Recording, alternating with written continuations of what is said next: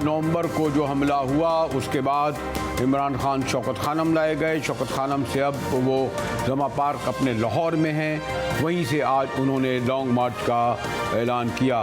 मैं चाह रहा था कि खान साहब ने अपने खिताब में एक बार फिर इस बात का दावा किया कि एक मंसूबे के तहत एक साजिश के उनके खिलाफ साजिश तैयार की गई। वो तो पहले भी FIR में नाम ले चुके हैं। हमारे साथ हमारे ब्यूरो चीफ परसलान भट्टी मौजूद हैं, फिर शहर बानो भी मुझे ज्वाइन करेंगी। तो भट्टी साहब, फिर सारी सियासत जो है बनी गाला से सिमट कर जमा पार्क आ गई है और मेरा ख्याल में लोगों की तवज्जो उधर वज़ीराबाद पे भी नहीं है, खान साहब ही की तरफ होगी। मैं देख रहा हूँ इंटरनेशनल मीडिया, लोकल मीडिया और वैसे भी लॉरी इधर उधर शहर के, ऐसे ही है भट्टी साहब? जी भट्टी साहब। रेलवी साहब, बिल्कुल आप दुरुस्त फरमा रहे हैं कि तमाम सियासत का महवर गढ़ या सेंटर पॉइंट जो है इस वक्त ज़मान पार्क बना है। चूँकि पाकिस्तान तहरीक मैन और साबिक वज़ीर-ए-आज़म इमरान खान जो हैं ये बिल्कुल अकब में मेरे जो है वो घर हैं और यहाँ पर जो है जहाँ सिक्योरिटी देख रहे हो तमाम दिन यहाँ पर इजलास होते रहते हैं, सीनियर पार्टी लीडरशिप आती रहती है, वफूद आते रहते हैं, मुख्तलिफ अहकामात यहाँ से जारी किए जाते हैं, हिदायत जारी की जाती हैं। आज भी शाम को तकरीबन 4:30 बजे के करीब जो है इमरान खान ने एक वीडियो लिंक के ज़रिए जो है वज़ीराबाद खिताब किया, जिसमें उन्होंने माजी की कुछ बातें दोहराई और उन्होंने अपना पूरा जो प्लान था वो बताया। और उन्होंने ये भी कहा कि पिंडी जब ये मार्च पहुँचेगा और ये रुकेगा नहीं, चाहे इसको एक हफ़्ता लगे, 2 हफ्ते लगे, जब भी ये पहुँचेगा पिंडी इसका इस्तेमाल वो खुद करेंगे। भट्टी साहब, एक और बात भी है भट्टी साहब के मेरे ख्याल है भट्टी साहब के एक तवील अरसे से मेरा ख्याल है बनी गाला गए हुए भी खान साहब को 10 साल हो गए। जमा पार्क में मकान में ईद बकरीद या कोई ऑफ एंड ऑन ही होती थी। एक गालिबन दहाई के बाद जमा पार्क में रौनक लगी है, शहर के मरकज़ में है, नहर के साथ है, इर्द गिर्द का माहौल पूरा एक सियासी मंजरनामा होगा। मेले ठेले का समय में खाली शाम गुजरते ही हो जाएगा। कुछ इस तरह की सूरत ही हो रही होगी जैसे, और हर पॉलिटिकल लीडर ये चाहता होगा कि यहाँ आएगा, आना चाहेगा। चौधरी एतराज़ बराबर में, हमारे कोई दोस्त भी बराबर में। तो इस लिहाज से अब आने वाले दिनों में खान साहब ये भी कह रहे हैं कि वो खुद तो विजिट नहीं कर सकते। 2 हफ्ते क़याम जमा पार्क में रहेगा खान साहब का भट्टी साहब, 2 या 3 हफ्ते? जी बिल्कुल, उसमें यह है जी कि यहाँ पे चूँकि डॉक्टरों ने उन्हें सख्ती से रोका है कि उन्होंने चलना फिरना उतना है जितनी ज़रूरत है, जितना टांग के लिए एक्सरसाइज या वर्जिश की ज़रूरत है उतना तो वो चलेंगे।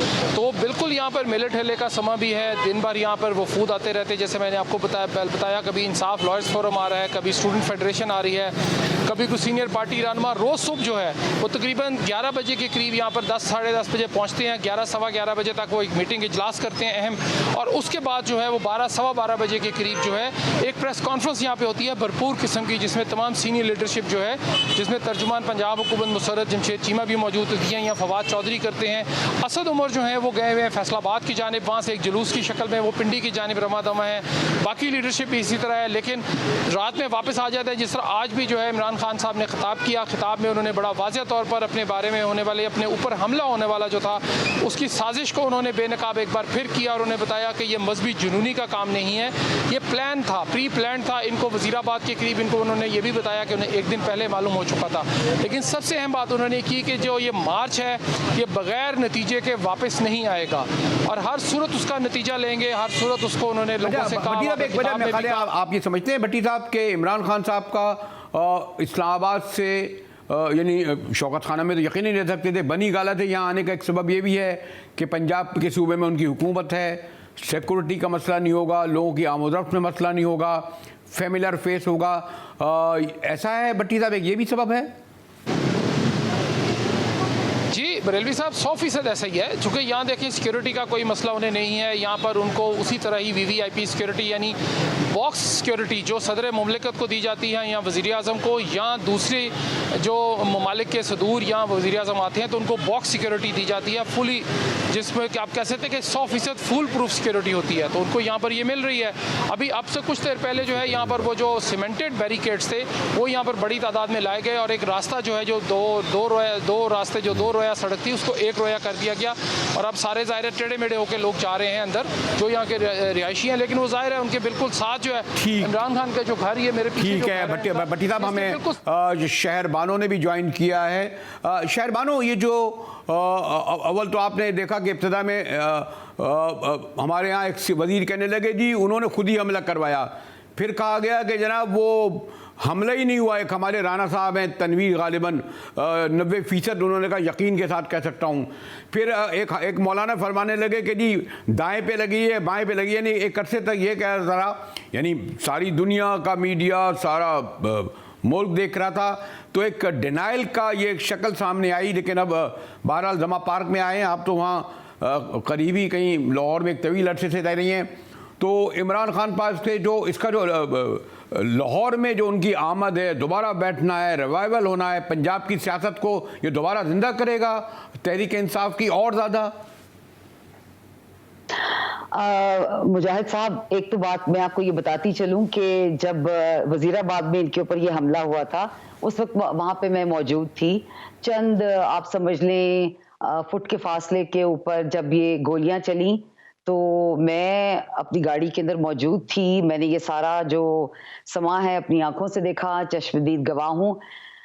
एक तो ये बात हो गई। दूसरी बात ये कि अगर ये कहना कि जी ये सारा कुछ हुआ ही नहीं, खान साहब ने एक मनगढ़ंत कहानी पेश की है अपनी शोहरत को मजीद उभारने के लिए, तो सबसे पहले जो सवाल उठता है, जो हमें सवाल करना चाहिए, वो ये कि इस किस्म के इकदाम से फायदा किसको हुआ है। उनकी लॉन्ग मार्च उस वक्त, जिस वक्त वो रवा दवा थे, तो उस वक्त उनको फौरी अस्पताल जाना पड़ा, जो कि 2 घंटे के अरसे में वो अस्पताल पहुंचे। तो मेरा बुनियादी कहने का मकसद ये है कि फायदा किसको हुआ है इस चीज का। अगर खान साहब ने ये भी कहा है कि जी मेरे ऊपर हमला हुआ, और उनके जो उनको क्रिटिसाइज करने वाले हैं, तनकीद करने वाले हैं, अगर वो ये कह रहे हैं कि खान साहब के ऊपर हुआ ही नहीं है, उन्होंने मनगढ़ंत किया है, तो यहाँ पे सोचना ये चाहिए कि इससे फायदा किसको हुआ है। खान साहब को क्या फायदा हुआ है? खान साहब की मशहूरी जो है वो ज्यादा हो गई है। मेरे ख्याल में तो उनकी जो शोहरत है उससे ज्यादा या कम नहीं हुई, उनकी तो शोहरत ऑलरेडी थी। बल्कि ये जो इन लोगों ने बार बार ये इंसिस्ट कर रहे हैं, बार बार ये अपना जो कि मौकफ बयान कर रहे हैं कि खान साहब को गोली लगी नहीं, इनसे ये सवाल करना चाहिए कि आपके पास क्या एविडेंस है, आपके पास क्या सबूत है कि उनको गोली नहीं लगी। प्रूवन अनटिल गिल्टी और गिल्टी टिल प्रूवन, बात तो यहाँ पर ये है। अच्छा, भट्टी साहब ये जो शहर बानो कह रही हैं, आप तो माशाल्लाह पंजाब की सियासत को, खासतौर पर मुस्लिम लीग को करीब को देखते हैं, तो यानी मुझे तो ऐसा लग रहा है कि एक लीडरशिप कोई सोच समझकर एक, ये तो पॉलिसी स्टेटमेंट होता है, कोई मामूली बात तो नहीं थी ना। खुदा ना करे चाहे इमरान नवाज शरीफ या शहबाज शरीफ या इवन परवेज रशीद लेवल पे भी हमला होता या किसी पील पार्टी पे हमला होता, ये तो बहुत बड़ी खबर है। इस पर आप नहीं देख रहे कि जो मुस्लिम लीग नून की क़यादत ज़हनी तौर पर इतनी क्यों, क्या डिप्रेशन में डिसअपॉइंट होकर ऐसे बयान दे रही जी हमला ही नहीं हुआ और कुछ हुआ ही नहीं? क्या वो समझते हैं लोग इस पर यकीन कर लेंगे, लाहौरी, पंजाब या मुल्क? भट्टी साहब, रेलवी साहब, पहली बात तो ये है मुस्लिम लीग नून अभी जो है ना उस सदमे से बाहर नहीं आ सकी कि उनके खिलाफ लोगों ने लाहौर के शहर, उनका गढ़ जो है, जो किला समझा जाता है, जो उनका अपना किला है, अपना घर है, अपना आशियाना है, वहाँ से उन्होंने 3-4 में से 3 सीटें जो है पाकिस्तान तहरीक इंसाफ ले उड़ी, उनके मुंह से निकाल ली, उन्होंने कह लें पंजे से निकाल ली, उनके जहाँ से भी निकाली। 3 सीटें तो वो निकाल के ले गए, 1 सीट वो मिली। उसके बाद कौमी असम्बली के इंतखाबात आपके सामने हैं, 6 सीटों पर खान साहब कामयाब हो गए, 1 सीट जो है वो पाकिस्तान पीपल्स पार्टी के पास चली गई। अब बात यह है कि ज़िमनी इंतखाबात का भी सदमे से वो बाहर नहीं आए और ये मामला हो गया। उसमें थोड़ा सा इबहम इसलिए पैदा हो गया कि कोई कह रहा है 2 गोलियां लगी, कोई कह रहा है 4 लगी, कोई कह रहा है जी छू कर गुजर गई, कोई कह रहा है जी ज़र्रात मिले। अब मामला ये है कि जब तक फोरेंसिक रिपोर्ट कंफर्म नहीं आ जाती, नहीं वो तो किसी ने, आपके शहबाज शरीफ ने तो ये कहा कि पोस्टमार्टम रिपोर्ट आनी चाहिए। पोस्टमार्टम तो बड़े आदमी का होता है, ये तो सर बात ये बरेलवी साहब वो तो आज लंदन की ठंडी हवाओं में बैठे हैं, उनका तो अच्छा आज चले वहाँ पे मियां नवाज शरीफ के भट्टी साहब साथ आपने इजलास लंदन चल का रहा है जिक्र बड़ा। किया तो मैं हाँ क्विक जी। आपसे ये पूछ लूं, फिर मैं शहरबानों से ही पूछूंगा। आज खबर आ गई है कि मियां साहब को पासपोर्ट मिल गया है। क्या मियां साहब के पासपोर्ट के मिलने से हम ये समझें कि शहबाज शरीफ उनको लेकर आएंगे? उनके आने से क्या सियासी मंजरनामा तब्दील हो सकेगा, या मियां साहब लेट हो गए, ट्रेन छोड़ गए, बस छोड़ गए? भट्टी साहब। बरेलवी साहब बात यह है कि पाकिस्तान मुस्लिम लीग नवाज शरीफ जब तक यहाँ पर नहीं आएंगे तब तक पाकिस्तान की जो सियासत है, ख़ासकर पंजाब की जो सियासत है और नून लीग की जो सियासत है, उस मुर्दा घोड़े में अगर जान दोबारा से डालनी है तो मियां नवाज शरीफ का जाती उम्रा में बैठना या लाहौर में कम से कम आना या पाकिस्तान में आना लाजमी है। ओके, मियां अच्छा मैं शहबाज यही है, शरीफ जरा कभी मेरे भी पास वक्त का सियासतदान कमी नहीं है। रहे। वो शहरबानों आप क्या एडमिनिस्ट्रेटर बहुत समझती अच्छे हैं जो भट्टी साहब कह रहे हैं, क्या मियां साहब 3 साल से पॉलिटिक्स से बाहर हैं? असल में अब हुकूमत और पार्टी शहबाज शरीफ ही चला रहे हैं। क्या अब इस स्टेज पर मियां साहब के आने से दोबारा रिवाइवल हो सकेगा मुस्लिम लीग नून का, शरीफ खानदान का शहर? बानू देखिए, एक तो बात ये है कि हमें ये बात देखनी चाहिए कि वो 70 साला एक सियासतदान है, और अगर हम उनको हटा भी दें तो इसका मतलब ये है कि मुस्लिम लीग नून के अंदर इस किस्म की वो ताकत नहीं है कि वो अपने बलबूते पे चलें। साद रफीक साहब हैं, एहसन इकबाल साहब हैं, शहबाज शरीफ साहब हैं, मरियम नवाज तो एक ज़बरदस्ती की अंदर उन्होंने उनको डाल दिया हुआ है। उनकी स्ट्रगल तो वैसी नहीं है जो बाकी इनके कायदीन की है। मेरा कहने का मतलब ये है कि अगर हम लोगों ने एक शख्स के ऊपर इतना इन्हिसार किया होता है, सारी की सारी हुकूमत का, सारी की सारी सियासत का, मेरे ख्याल में वो अब दूध का दूध पानी का पानी हमारे सामने हो जाएगा।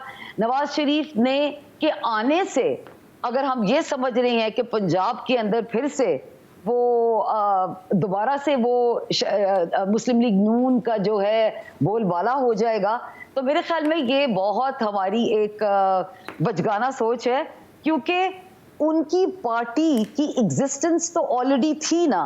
वीडियो कॉन्फ्रेंस के थ्रू वो अपने आप को अयां तो कर ही रहे थे, वो तो ये बयान कर रहे थे कि मैं मौजूद हूं, बेशक मैं फिजिकली मौजूद नहीं हूं। उनकी गैर मौजूदगी के अंदर मरियम नवाज साहिबा जो इतने ज्यादा जलसे जुलूसों के अंदर हिस्सा लेती थी, बोलती थी, और बहुत ज्यादा लोग उनके जलसे जुलूसों में आते थे, तो इसका मतलब ये है कि जलसे जुलूसों में आना एक अलहदा बात है और ज़िमनी इंतखाब के अंदर शिकस्त खाना या जीतना 2 डिफरेंट चीजें हैं। एक और प्लीज मैं पॉइंट यहाँ पे नुक्ता बयान करना चाहती हूँ। हमारे यहाँ पर सारे का सारा जो इस वक्त इन्हिसार है हमारी तनकीद का, वो ये है जी गोली लगी है या नहीं लगी, नंबर 1, ठीक है, इमरान खान साहब ने ये खुद किया है या नहीं किया, नंबर 2, नंबर 3 कि जी ये तो पंजाब हुकूमत इनकी है, तो ये राना सनाउल्लाह साहब के ऊपर क्यों तनकीद कर रहे हैं, उनको क्यों FIR के अंदर शामिल तफ्शीश ले आना चाहते हैं। देखिए, ये बात जो है, हम लोग कॉन्स्टिट्यूशनल एंड पार्लियामेंट्री डेमोक्रेसी की बात कर रहे हैं, जिसके अंदर आप ये चीज बिल्कुल उसको आप एलिमिनेट नहीं कर सकते that you have the right to ask question. शहर ये एक आपने मौजूद बड़ा शहर है, लेकिन मैं कहता हूं भट्टी साहब आपसे जरा एक कंक्लूडिंग क्वेश्चन ये पूछ लूं। FIR दर्ज 90 घंटे बाद हुई, हालांकि कहा यह जाता है कि इसके लिए कोई कंप्लेन की जरूरत नहीं होती, न किसी कोर्ट को नहीं कहना पड़ता, आप ज़्यादा जानते हैं। ये तो पुलिस का फर्ज होता है कि जाए वकूफ़ पे जाए, FIR लिखे। भुट्टो साहब की याद है ना, इवन भुट्टो साहब से पूछा गया था जब कसूरी वाला केस था आप ही के लाहौर का, कि उन्होंने कहा नहीं जुल्फ़िकार अली भुट्टो का नाम मिलो, और उन्हें कहा गया तो उन्होंने कहा हाँ मेरा नाम आ रहा है तो आने दें। ये तो बाद में होता है ना तफ्तीश के, वाकई उसमें 90 थे, एक तो 90 घंटे बाद लगी। ये जो FIR के सिलसिले में हुई है, अभी तक कोई प्रोग्रेस हुई है? यानी क्योंकि 3 नाम हैं, एक प्राइम मिनिस्टर, एक वज़ीर दाखिला, एक तीसरा नाम, इब्तदाई तफ्तीश की कोई खबरें आपको मिली हैं? जस्ट क्विक स्पेसिफिक भट्टी।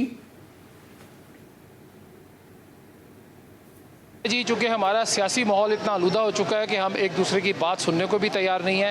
एफआईआर की जो आपने बात की, एफआईआर हुई उसके बाद उसको सील कर दिया गया है। अभी तक कोई तहकीकात नहीं हुई चूँकि पाकिस्तान तहरीक-ए-इंसाफ ने उस एफआईआर को मुस्तरद कर दिया है, उन्होंने रद्द कर दिया। उन्होंने कहा ये एफआईआर हम नहीं मानते, जो तहरीर हम लिख के दे रहे हैं उस पर एफआईआर करें, इन्वेस्टिगेशन होगी उसमें पता चल जाएगा। लेकिन फ़िलहाल ये है कि जी उस एफआईआर को करके उसको सील कर दिया गया है और मज़ीद जो है उस पर गुफ्तगू-शुनीद जारी है। कभी आईजी पंजाब छुट्टी पर जा रहे हैं, कभी सीसीपीओ को मुअत्तल किया जा रहा है। कोई किसी जगह पुलिस रुकेगी तो बरेलवी साहब कोई काम करेगी ना, पुलिस ही नहीं रुक रही है तो हम क्या करेंगे। मैं एक नुक्ता बीच में ऐड करना चाहती हूँ। देखें, मैं कोई कानून साज और कानून दान तो हूँ नहीं, लेकिन इतना तो मुझे भी पता है कि एफआईआर मुद्दई की तरफ से होती है, ठीक है।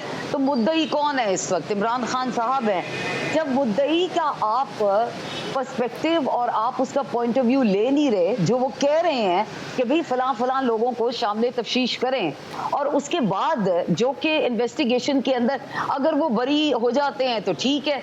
दूसरी बात नहीं शहरबानो, ऐसा नहीं शहरबानो। जो मैंने भट्टी साहब से सवाल ये किया था, मुद्दई हो या ना हो, अगर कहीं वाकया कोई होता है कि नामालूम अफराद का, ये तो इमरान खान थे, पुलिस का तो फर्ज होता ही है एफआईआर लिखना कि ये वाकया हुआ, इसमें जख्मी हुआ, इसमें कत्ल हुआ, इसमें शुबा जाहिर किया जा रहा है, इसमें इम्कानात जाहिर किए जा रहे हैं। कुछ लोग नॉमिनेट भी करते हैं, बाप बेटा भाई। ये तो एक बहुत हाई प्रोफाइल केस है, इस पर मज़ीद गुफ्तगू करेंगे। लेकिन शुक्रिया भट्टी साहब और शहरबानो हमारे साथ थे, हमारे ब्यूरो चीफ और सीनियर जर्नलिस्ट, और गुफ्तगू इसी पर जारी रहेगी कि साबिक आईजी से हमने गुफ्तगू की है इसी हवाले से कि एफआईआर 90 घंटे बाद आई और इस एफआईआर के नतीजे में बड़े इबहाम हैं कि क्या कार्रवाई हो सकती है नहीं।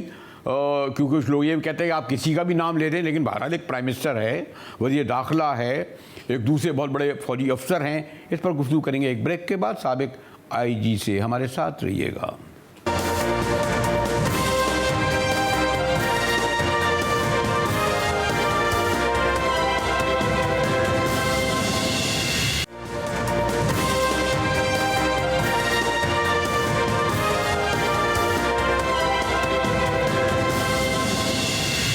टीवी में एक बार फिर मुजाहिद विल्वी आपको खुशामदीद कहता है। तहरीक इंसाफ के सरबराह इमरान खान का तवातुर से इस बात पर इसरार है कि एक मनसूबा बंदी के तहत एक प्री प्लान उन पर हमला हुआ, और इस सिलसिले में तो वो तो एक जिन लोगों के नाम दे रहे हैं और जो एफआईए में दर्ज नहीं हुए वो भी सामने आ चुके हैं मीडिया के।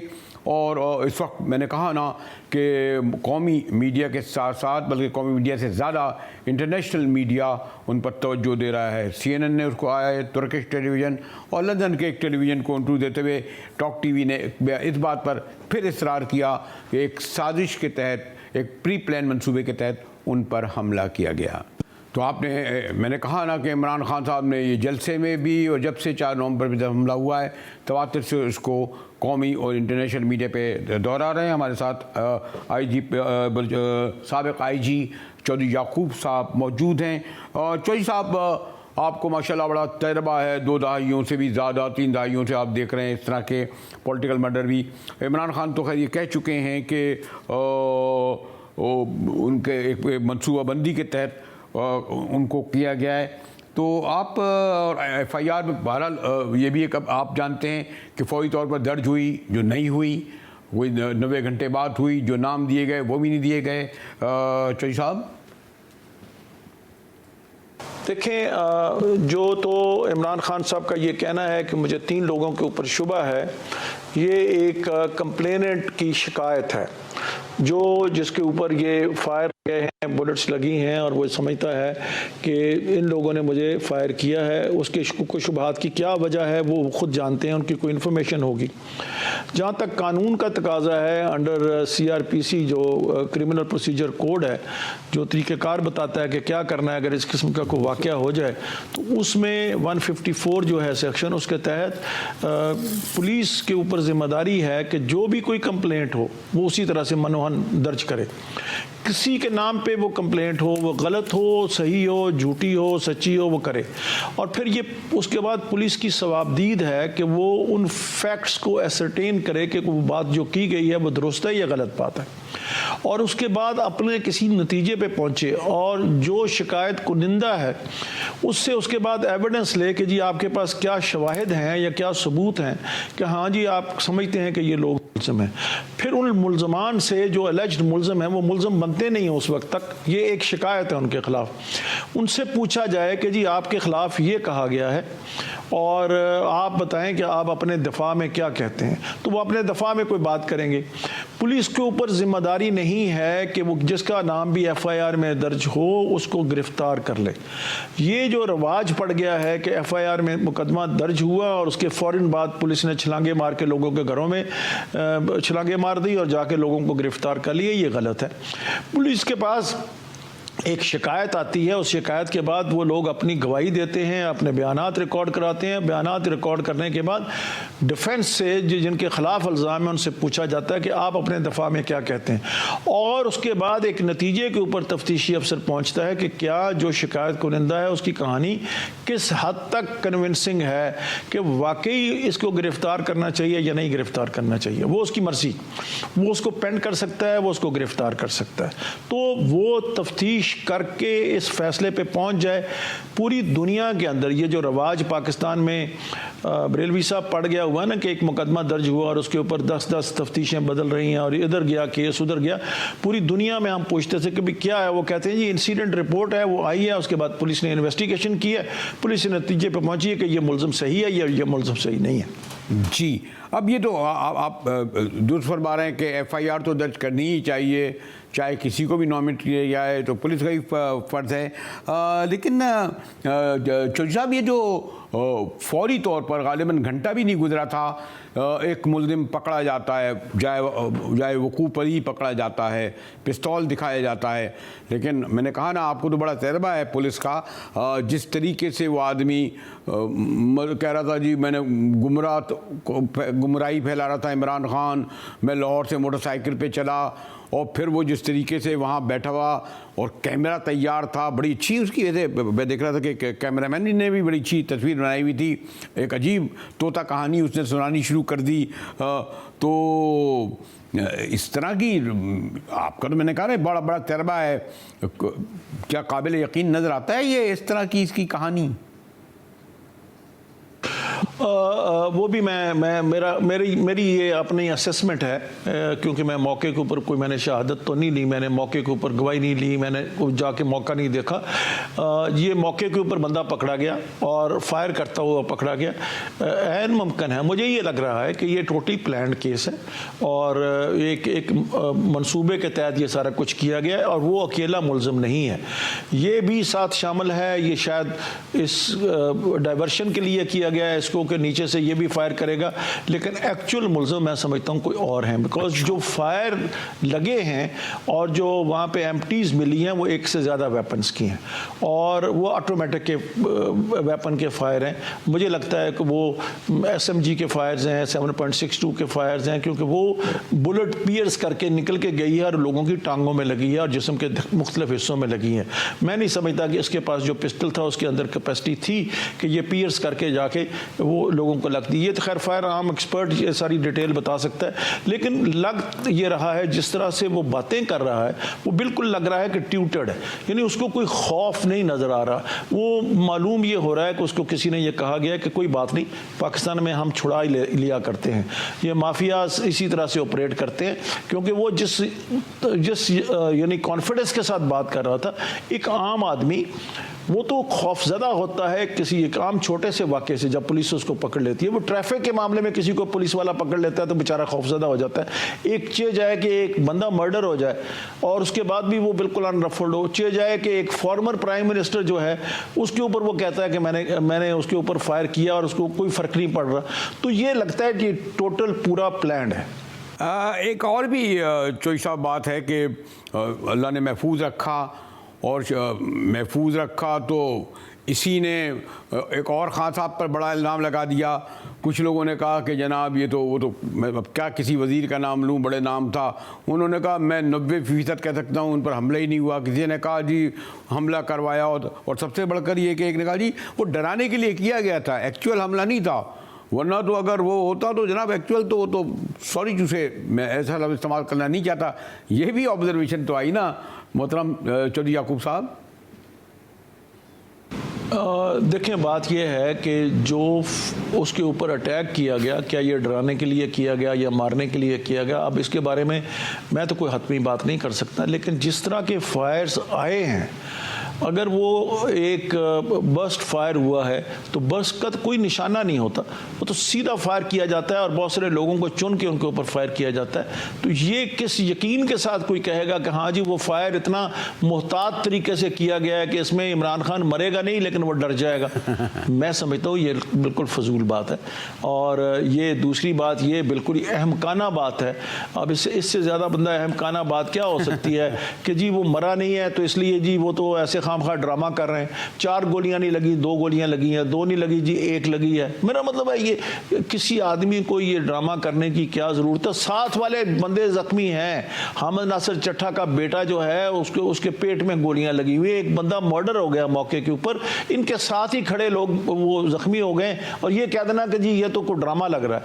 मतलब इससे ज़्यादा अहमकाना बात नहीं हो सकती। अगर कोई मिनिस्टर साहब ये बात कर रहे हैं तो बंदा फिर उसको क्या कहे। तो इसके बावजूद कि ये इंतहाई इंटरनेशनल हाई प्रोफाइल केस है, वैसे तो शहीद मोहतरमा बेनज़ीर भुट्टो का भी हाई प्रोफाइल केस था, उससे और भी बहुत मैं नाम ले सकता हूँ, तो ये भी क्या ऐसा लगता है केस इतना उलझा दिया जाएगा क्योंकि इसमें कुछ नाम ऐसे ले दिए गए हैं कि जिन पर आज तक उस तरह हाथ नहीं डाला जाता और ये केस तारीख बन जाएगा। चौधरी साहब ऐसा लगता है? ऐसे ही लग रहा है। अच्छा, क्योंकि जो पास्ट में जितने वाक़यात हैं, लियाकत अली ख़ान का वाक़या है तो उसके पीछे मोटिव्स नज़र आते हैं, बेनज़ीर का वाक़या है तो उसके पीछे कुछ मोटिव्स नज़र आते हैं। तो मैं समझता हूँ कि ये भी उसी किस्म के एक वाक़यात में से एक वाक़या है। और हम चूँकि बदकिस्मती से ना पुलिस इंडिपेंडेंट है ना बाकी अदारे इंडिपेंडेंट्स हैं, तो पता नहीं हमें कौन कंट्रोल किधर से कर रहा है। लेकिन बात सिर्फ ये है कि जो रूल ऑफ लॉ का कॉन्सेप्ट होता है वो पाकिस्तान में टोटली फार्स है।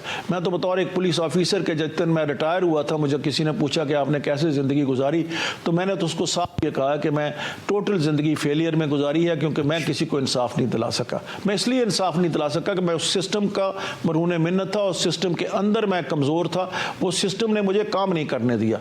और वो सिस्टम ऐसा है जिसमें आप गरीब आदमी को इंसाफ नहीं दे सकते। आप एक हद तक किसी ताकतवर आदमी जो है उसको एक हद तक जो है उसको तो आप गिरफ्तार कर सकते हो, उससे ऊपर वाले को आप नहीं कर सकते। ये ना सिर्फ ये चौधरी साहब ने बड़ी जुर्रत और का काम लेते हुए, बहुत कम होता है ऐसे लोग कहते हैं, उन्होंने कहा आईजी पुलिस के ओहदे पर पहुंचने के बावजूद वो कहते हैं कि मैं तो एक पुलिस हैसियत से अपनी ज़िंदगी को नाकाम समझता हूं कि मैं इंसाफ नहीं दिला सका। इसके साथ ही ज़रा एक बहरहाल एक और पहलू है, और वो ये कि बहरहाल इमरान खान साहब एक बाप भी हैं और उनकी जो जमाइमा बेगम के दोनों साहिबजादे यहाँ पहुँचे, उस हवाले से भी इमरान खान साहब को कोई वो बेटे नाराज़ हैं उनसे। तो मैं चाहता हूँ एक ज़रा झलक उनकी इस लाइफ का ये हिस्सा भी दिखाया जाए। ब्रेक के बाद दिखाता हूँ।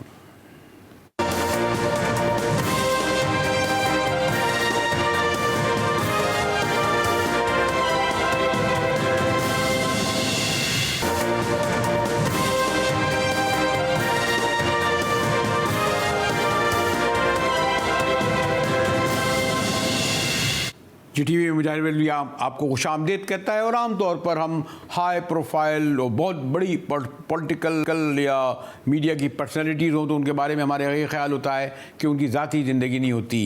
इमरान खान को एक बहरहाल उनकी वाइफ को जमाइमा को ये क्रेडिट जाएगा कि वो ना सिर्फ सियासी वफादारी निभा रही हैं बल्कि उन्होंने दोनों साहबजादे कासिम खान और सलमान खान की परवरिश भी कर रही हैं, जो यकीन जिस तरह बाप से बेटे मोहब्बत करते हैं उसी तरह करते होंगे।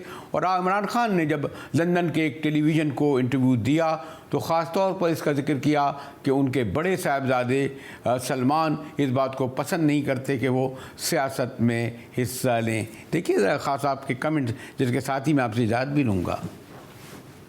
My sons, when they were younger, I'm talking about my older son was very sensitive.